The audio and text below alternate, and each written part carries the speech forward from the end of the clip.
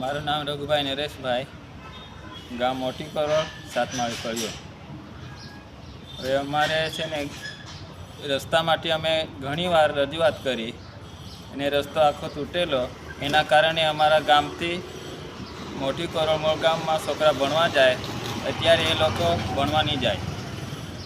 અને રસ્તાના કારણે જે ટ્રાન્સફર ગાડી મૂકેલી એ તો હમણાં સરકારે કાઢી જ નાખી. અત્યારે છોકરા તો બધા અમારા શિક્ષણથી બેકાર થઈ ગયા. રઘુભાઈ, આ કેટલા છોકરાઓનું બાળકોનું જે અંતરિયાળ વિસ્તારમાં તમારા બાળકોનું આ રસ્તાને કારણે જે શિક્ષણ બગડ્યું, એની જિંદગીનો તકલીફ આવી કે ખરેખર કયા કારણસર આ જે શિક્ષણ છોડી દેવું પડ્યું? શું પરિસ્થિતિ છે ત્યાંની? આ રસ્તાના કારણે એ લોકોને શિક્ષણ બગડી ગયું. એ લોકોએ બિલકુલ છોડી દીધું?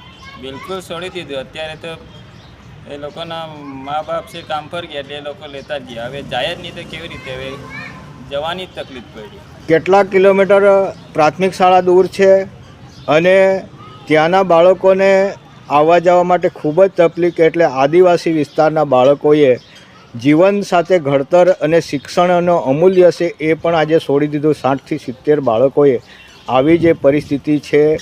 કોરવળ, મોટી કોરવળ ગામના સાતમાળી ફળિયાના બાળકોએ જીવન ખૂબ જ ગંભીર પરિસ્થિતિ છે. તો આ તમે તંત્રને કંઈક રજૂઆત કરેલી કે નહીં રઘુભાઈ? અમે રજૂઆત ઘણીવાર કરેલી, તો છતાં એનો કોઈ જવાબ આવ્યો નથી. અમારે આટલું જ કહેવાનું કે આટલો 2.5 કિલોમીટર કે 3 કિલોમીટર ચાલીને જવું પડે, એના કરતાં અમારે ફળિયામાં 3-4 ધોરણના ઓરડા રહે તો સારામાં સારું. બરાબર. એટલે પ્રાથમિક શાળા પણ તમારે ત્યાંથી 3 કિલોમીટર દૂર જવું પડે અને ઘાટવાળો રસ્તો અને ખૂબ જ. ત્યાં 108 આવે કે? 108 નથી આવતી. તો ત્યાં કોઈ બી જે પ્રસ્તુતિ બેનને થાય તો તમે કેવી પરિસ્થિતિમાં ત્યાં તમારી ગંભીર પરિસ્થિતિમાં સર્જાઈ રહી છે હાલની? અમારે 5-6 જણ જુવાન ભેગા થઈને જોડી બાંધીને લઈ જવું પડે. આવી હાલે પરિસ્થિતિ છે. હા. એટલે આ ઘાટવાળો ડુંગર છે એટલે 108 પણ સુવિધા નથી.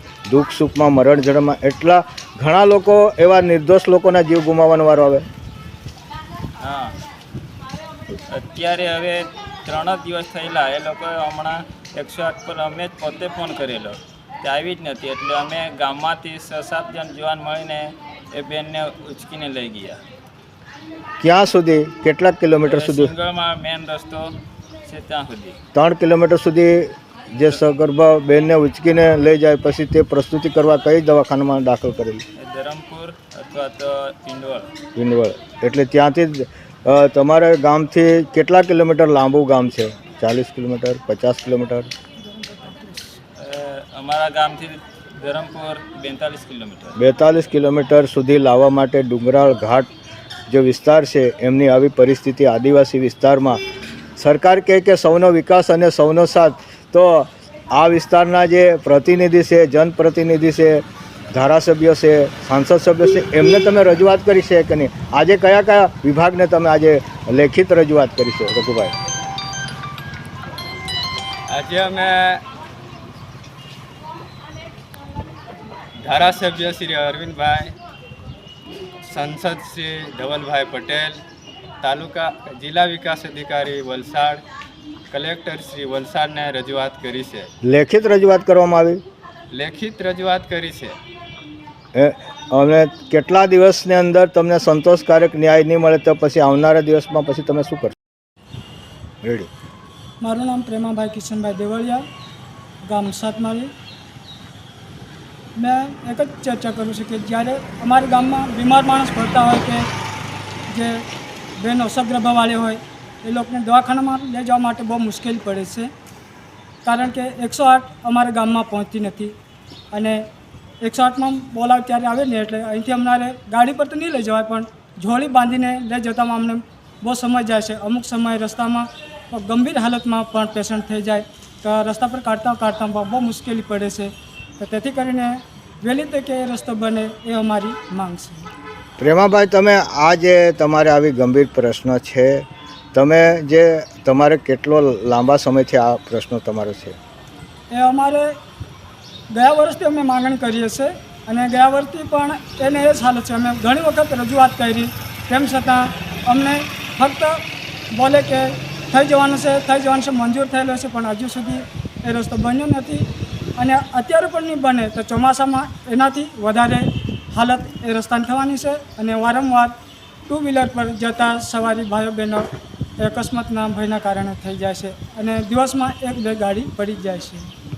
લોકો પ્રેમાભાઈ, આ રસ્તા પરથી રોજે રોજ લોકો કેટલા લોકો અવર જવર કરે છે ને હાલની શું પરિસ્થિતિ છે ત્યાંની લોકોની આ રસ્તા પરથી પસાર થવા માટે? આ રસ્તા પરથી પસાર થવા માટે તો ઘણા લોકો જાય. એમ તો આપણે કહીએ તો એ લોકોને મેઇન રોડ છે એટલે મેઇન રોડ પરથી લોકો ઘણા પસાર થઈ જાય છે. અંદાજે 100-150 પણ ગાડી એ મેઇન રસ્તા પરથી જાય છે અને એ મેઇન રસ્તા પર જતા એ ઘાટ પર રસ્તો બહુ ખરાબ છે એટલે લોકોને અમુક પડી જાય, અમુક ગમે તે એટલે એ લોકોને અકસ્માતનો ભયનું કારણ થઈ જાય છે.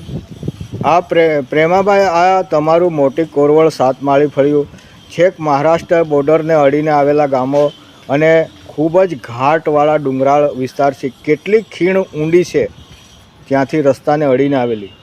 એ રસ્તાને અડીને નીચે સુધી જતામાં 100 થી 150 મીટરની ઊંડી ખીણ લાગે છે. તો એવા રસ્તા પરથી પસાર તમારે થવાનું તો તમારી કેવી પરિસ્થિતિ? રોજે રોજ રાતે મધરાતે પરિવાર સાથે પસાર થવાની ખૂબ જ તકલીફ પડી રહી છે તમને?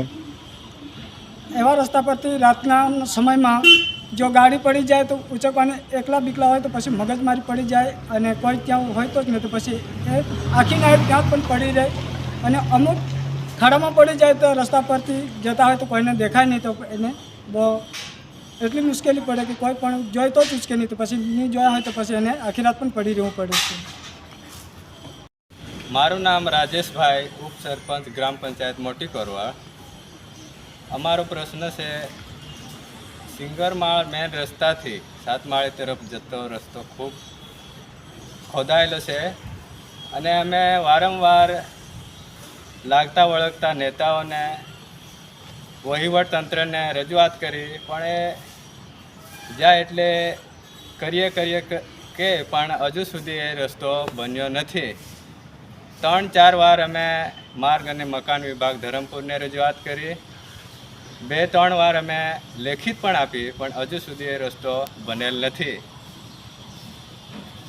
માટે અમારી માંગણી એ છે કે વહેલી તકે એ રસ્તો બને અને જે અમારી સમસ્યા છે, જે અમારા ગામમાં દૂધ મંડળી છે તે અમારે જે પશુપાલન મિત્રો છે એ 15 મિનિટનો રસ્તો 1 કલાક સુધી રાહ જોઈને બેસે. એટલે રસ્તો સારો હોય તો એ સમયનો પણ બચાવ થાય એટલે રસ્તો બને એ જ અમારી માંગણી છે.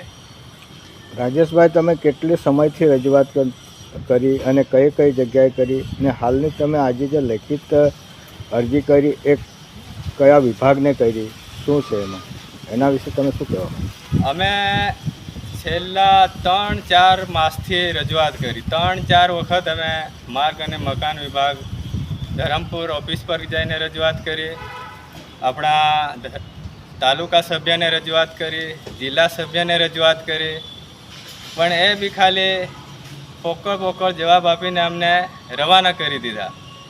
એટલે ના છૂટકે અમારે આજ અહીંયા પેપર ઉપર અમે આપવા આવ્યા છે. 7 દિવસની અંદર અમને જવાબ નહીં મળે તો અમે ધરણા પર બેસીશું. કઈ જગ્યાએ? માર્ગ અને મકાન વિભાગ ધરમપુર કચેરી ખાતે. આ વિસ્તારના ગરીબ આદિવાસી પરિવારો એમ કહે છે કે 7 દિવસને લેખિત અરજી મુખ્યમંત્રી તેમજ જિલ્લા વિકાસ અધિકારી તથા વલસાડ જિલ્લા ડાંગ અને વલસાડના સાંસદને લેખિત રજૂઆત કરી છે. 7 દિવસની અંદર આ રસ્તો રિપેરિંગ કે સમારકામ નહીં થાય તો આવનારા દિવસમાં માર્ગ અને મકાનને ઓફિસમાં ધરણા કરવામાં ચીમકી આપી છે. શું એના વિશે તમે શું કહેવા માંગો? એના વિશે અમે કે વારંવાર અમે રજૂઆત કરી છે, એનો જો જવાબ અમને નહીં મળે તો અમે 7 દિવસ પછી કચેરી આગળ આખું ગામ ધરણા પર બેસીશું.